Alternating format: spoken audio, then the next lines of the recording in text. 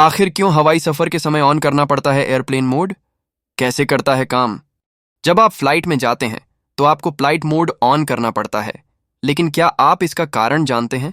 अगर नहीं तो आज हम आपको इसके बारे में डिटेल में बताने जा रहे हैं कि यह कैसे काम करता है और ये क्यों जरूरी है। अगर आप हवाई जहाज में यात्रा करते हैं या किसी मीटिंग में भी जाते हैं तो आपने फोन में एयरप्लेन या फ्लाइट मोड ऑन करते हैं, मगर क्या आप जानते हैं कि इसका क्या मतलब होता है? अगर नहीं तो आपको परेशान होने की जरूरत नहीं है, क्योंकि आज हम आपको बताने वाले हैं कि आखिर एयरप्लेन मोड होता क्या है और कैसे काम करता है। जब आप हवाई जहाज में होते हैं तो टेक ऑफ से पहले आपको एक सबसे जरूरी काम करना होता, वो है अपने इलेक्ट्रॉनिक डिवाइस को बंद करना या उन्हें फ्लाइट मोड में रखना है।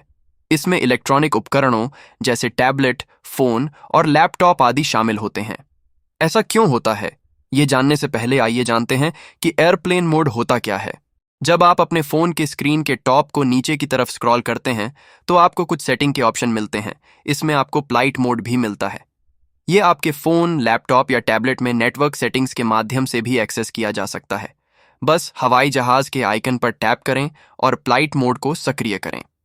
इसके बाद अपने फोन पर सिग्नल बार की जगह हवाई जहाज के आइकन से बदलते हुए दिखाई देगा।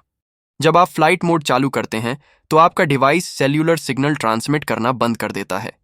इस वजह से आपके फोन का सेल्यूलर नेटवर्क काम करना बंद कर देता है और उससे कॉल या टेक्स्ट नहीं किया जा सकता है, न ही रिसीव किया जा सकता है।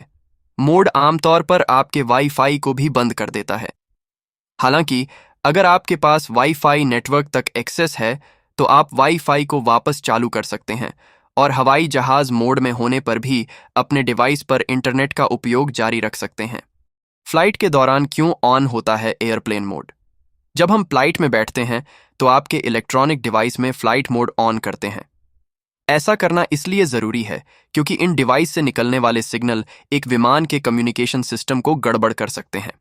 आपके डिवाइस जिनमें सेलुलर कनेक्शन है, शक्तिशाली रेडियो तरंगों के साथ साथ विद्युत चुंबकीय हस्तक्षेप उत्पन्न करते हैं।